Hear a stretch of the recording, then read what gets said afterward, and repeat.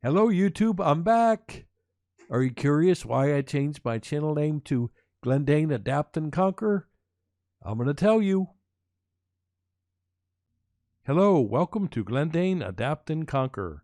Please subscribe to my channel, please like this video if you like it, and please hit that notification bell so you never miss another video. Hope you enjoy.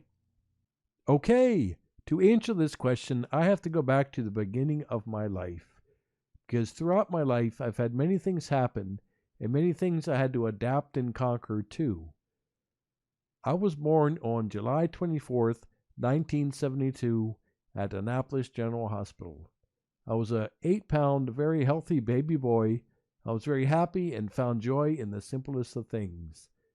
When I started elementary school, I came home one day and I told my father I could not run as fast as the other children. And at that time, my brother had already been diagnosed with Duchenne Muscular Dystrophy, so when I came home and told my father that, he knew right away that I was probably afflicted with Duchenne Muscular Dystrophy as well. Actually, at that time, they didn't know what type of muscular dystrophy we had, and the doctors gave us a kind of a bleak future, saying that we would probably not live past 21 years old. And as a child, when you hear this, you don't really know what to think. You're not old enough to really comprehend that, but I continued life, and I've had a great life, and I knew that at a very young age that I was going to live a great life because I had the passion and the desire to live a great life.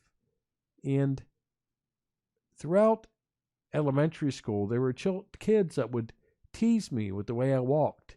And he would mock the way I walked, and he'd say, "Hey, here comes the chicken leg guy," and they'd go, "Bawk, bawk, bawk, bawk," and they would laugh, making chicken noises, and this would frustrate me so much. I would get so mad at them, and I'd go home and think to myself, I can't control this. I was born this way. Why are they teasing me because I am different? I can't change it, so why would they tease me? Anyway, I had a very loving family and a lot of friends that looked past my disability, so I didn't really let that stop me and impede my ability to enjoy life. It would just make me mad because at that time I was too young to understand it, and I let them get the best of me sometimes. And I look back and wish I had handled that differently. And I will talk about that more in other videos in the future to help the children out there that may be teased by others. Don't give them the power. Okay, I'm going to go to middle school now. Actually, I'm going to go back a little bit in my life. And when I was 6 years old, my biological mother passed away of cancer. And I was only 6 years old, so this was very devastating to me. And I didn't really know how to think about this or how to understand it. Anyway, I missed a lot of school that year, so they held me back in the first grade. Fortunately, when I was in the first grade, my father met someone else, and at that time I met my stepmother for the first time, and I fell in love with her the first time I saw her.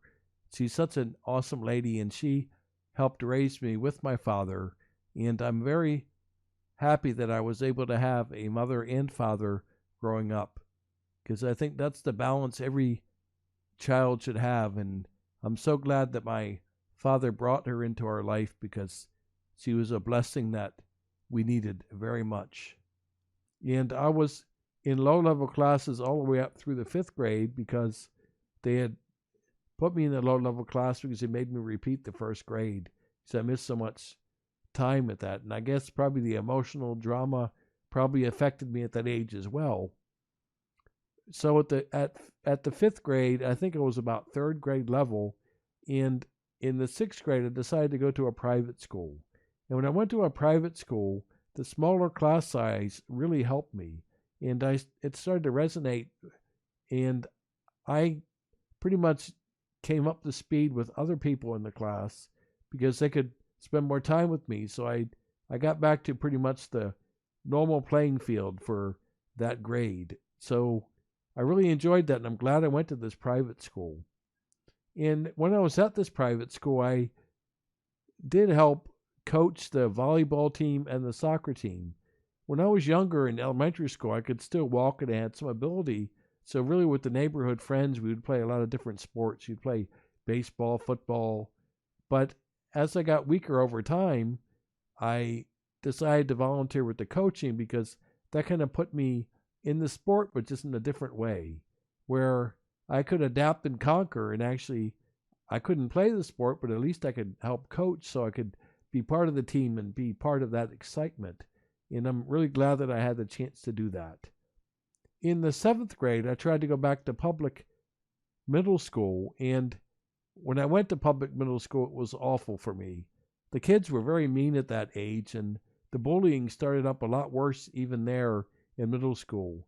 I was constantly getting in fights with other kids because they would tease me and mock me and just agitate me because I was different and walked differently. And it got so bad that I had to leave that school and go back to the private school in the second half of the 7th grade. And again, I went back there and I flourished at this school and I did very well. And I still volunteered with the soccer team and the volleyball team. And when I went to high school in the 9th grade, I went back to public school. And I was happy I did because at that age in the 9th grade, the kids had matured more and the bullying didn't really happen in high school like it did in middle school. And throughout high school, I actually got to be in advanced placement classes, and throughout high school, I did very well academically.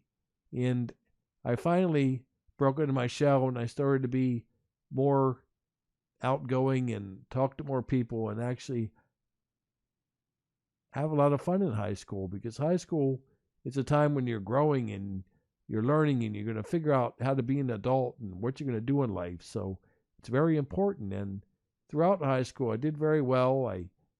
At the end of high school, I finally got principal's honor roll my very last quarter in high school, which is kind of cool because I had never gotten that before. And I went to Anne Arundel Community College, and I did not do as well in my SAT scores that I should have, so I had to take some placement score tests at Anne Arundel Community College. And I remember I took those tests and I pretty much aced the math score, and I didn't do too great on the English, but they came and told me, it doesn't matter, you did so great on your math that we don't care about your English scores. So I thought that was pretty cool. So they put me in English 101, and I started with Calculus 2 in college because I got credit from the high school AP exam for calculus. And throughout college, I did very well. I was in the top 2% at the community college at School of Engineering. I got an award for that. And during college, I started having trouble walking outside around the campus, especially on windy days.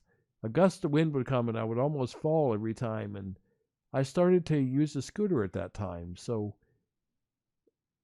I remember my brother and I both got scooters at the same time, and it was pretty cool. I could still walk when I had the scooter, but the scooter worked a lot better for me.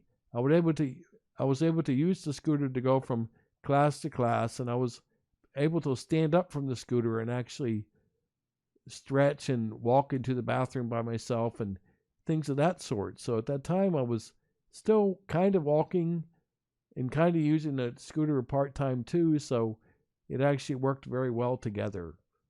And I was a little bit worried that I would be too lazy and use the scooter too much, but I never have been lazy, so I actually balanced it very much and used the scooter when I needed to, and I walked when I could. Throughout high school and college, I would fall a lot, and I had some pretty horrific falls, and I was worried that my parents are really worried that I was going to get hurt during one of these falls, because I would fall very hard very often. And this happened when I was around 21 years old. I think I was 21. I think it was in the early spring. One morning I got up to go into the bathroom, and when I was in the bathroom, I fell when I was in front of the bathroom sink, and my foot got caught underneath the ledge of the sink. And as I fell, I broke my ankle and fell very hard and hurt my shoulder as well. When it was in the morning, and my father heard me fall, and he rushed in and asked if I was okay, and he helped me up and helped me to the kitchen. And I tried to put weight on my foot, and I could not bear any weight on my foot. And this was very scary for me. It's because I could not use crutches because my arms were not strong enough. My back was not strong enough to hold me up. So at this time, I had to not walk until that foot healed. And it took me about 3 weeks before I was able to stand up. And I stood up after 3 weeks, and my back had a tremendous pain when I stood up. My back could not stretch out. My back was in agony for about 20 minutes. I stood up trying to stretch it out, and I had to sit back down because it hurt so much. And I had contacted my doctor, and my father actually contacted the doctor as well, and the doctor advised me that I should give up walking, that walking was no longer beneficial for me because of the risk of me falling and hurting myself even more than I hurt myself this time with breaking my ankle. So at that time, I had to accept defeat. I had to accept that I could not walk any longer. So I had to use a 3-wheeled scooter from that point on. And that wasn't as hard as I thought it would be. I thought it would be very difficult to give up walking, but actually when I gave up walking, it made my life somewhat easier because I didn't have to worry about getting up and stretch often because my tendons would tighten up. I didn't have to worry about falling anymore and potentially hurting myself. It was a big stress when I would walk in school or walk anywhere on uneven pavement or try to walk on the grass. I could never do these things because I struggled so much to walk. So the scooter actually gave me more life. It gave me more ability to go out there and explore the world. And I love to explore the world. So life started in the wheelchair, and I had to adapt and conquer with many different things. How do you function when you can't walk anymore, when you're used to it? How do you use the scooter for your benefit in the house, to get up in the bathroom, to brush your teeth, to make food in the kitchen, to do anything? It's a lot different when you're sitting down all the time. So you kind of have to figure out a different way of doing things, and that's actually the fun part. In my life, I've always enjoyed adapting and conquering the things that have happened. Like when I get weaker and I can't do certain things, I have to do things a different way. Well, there's a way around everything. There's always a way to figure things out. That semester, after I could not walk any longer, I quit going to college and I went to work full-time at my father's engineering business. And this was probably the best decision I made because I learned a lot more in the business than I did in college. And my father was an engineer, so throughout my childhood, I learned a lot about engineering before I even reached high school. I actually designed the circuit boards with my father. My father would give me things to take apart and fix, and he wouldn't tell me how to fix it, so I had to learn how to do that. And by doing that, I learned a lot about how things worked, especially electronics. And when I was 12 years old, I built my first computer. Well, I didn't build it from scratch, but I put the components together. And I was able to do all upgrades of computers. I learned software very easily. I could do hardware upgrades, such as RAM installs, install hard drives, install operating systems, those things. And I learned that at a very young age. So actually, by the time I was in college, I actually knew a lot about engineering and a lot about electrical design and mechanical design before I even went to college. So when I quit college, I went and worked in the business, and I became a systems engineer after a very short time. I started there as a computer-aided designer, and I would do a lot of 2D drawings, and I started to design multi-layer circuit boards, and I started to learn more advanced design, and I was very happy that I was able to learn hands-on, because I think you learn a lot better hands-on than you would in a class. This way you learn exactly what you need to know. You actually learn how to design products for your business, how to test things in your business, how to run things in your business, and these things, that's real life. So I was very happy that I had that opportunity to work in the business at a very young age, to grow as an engineer and to become who I am now. And I don't really need that degree because of the type of business I do, and I've been proven in life that I am an engineer just as good as anyone else, because I actually learned it from the ground up, from people, not from books. And I think practical experience is a lot more valuable than book experience. Outside of work, I've lived a very active life, and I have many interests. We used to have a boat when I was in my 20s, a 46-foot Jefferson, and we'd go out on the weekends and do a lot of fishing, and I really enjoyed that. And actually, as a child, we had a boat too, and I used to go fishing all the time, and I used to love it. I think I owned almost every fishing lure they had. It was such a passion of mine, and as I got a little bit older, I started to go to many, many different concerts, and I started to go to a lot of different nightclubs and enjoy the bars in downtown Annapolis. And I had a lot of fun with the nightlife, and I had a lot of fun with the concerts, and it was much easier being in a wheelchair going to concerts. It was so comfortable, and I didn't have to worry about falling or walking through crowds. Or I've never let the wheelchair stop me from living my life. I've always been able to adapt and conquer with anything that has ever happened, because I have a passion for life, and I'm going to live life. This Duchenne Muscular Dystrophy and wheelchair are going to not stop me from living a very fun life. Well, in 2007, I had a very nasty fall out of my wheelchair. I went out that night, and I was having fun downtown Annapolis, and I got home very late. I think it was about 2 in the morning, and I was transferring from my wheelchair to my scooter, and my finger got caught on my seat when I was trying to rotate my body, and it was enough to make me fall forward and fall out of my wheelchair. And when I fell, I broke my femur. At the time, I didn't know that, but I did know when I fell, it hurt like a hurt I've never felt before. I have never felt that much pain ever in my life.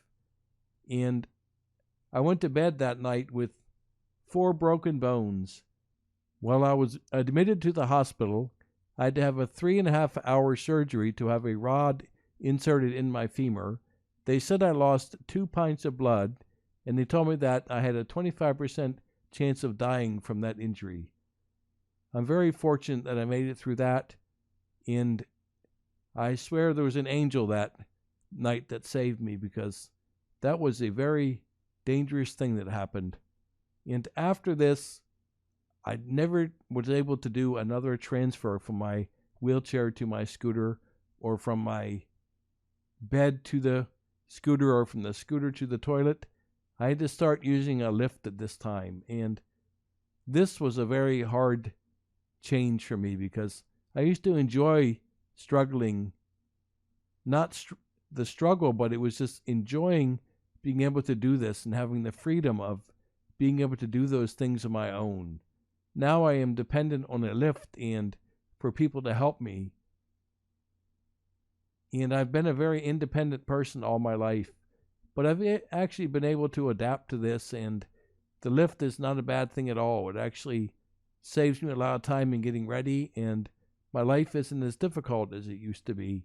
The struggle isn't nearly as much as it used to be. Okay, I'm going to finish this video with one last episode of something that happened in my life. It was in 2017, and throughout this year I had pneumonia 2 different times, and I had a severe UTI infection with MRSA and staph in it. And I was on antibiotic for about half of that year, and I was finally able to get over these different things, and I had never had so little energy in my life. I was never sick like this before. And I went to the doctor this year, and they gave me something called a cough assist machine, and I started to use a CPAP at night to get a more restful sleep. They said I had severe sleep apnea, and my lungs are actually working at about 30%. And they gave me the cough assist to expand my lungs a little bit and to make sure that they stay clear all the time so I don't get pneumonia again. And fortunately, since 2017, I have not had pneumonia again, and I feel healthier than I've ever felt. There is so much more to say about my life, but I really do hope that you enjoyed this video.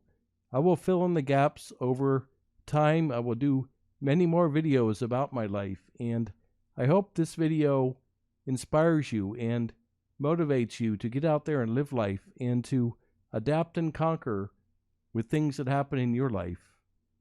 Life is meant to be enjoyed, so hope you guys are doing well, and I will catch you later with another video. Please subscribe to my channel. Hope to see you all again soon.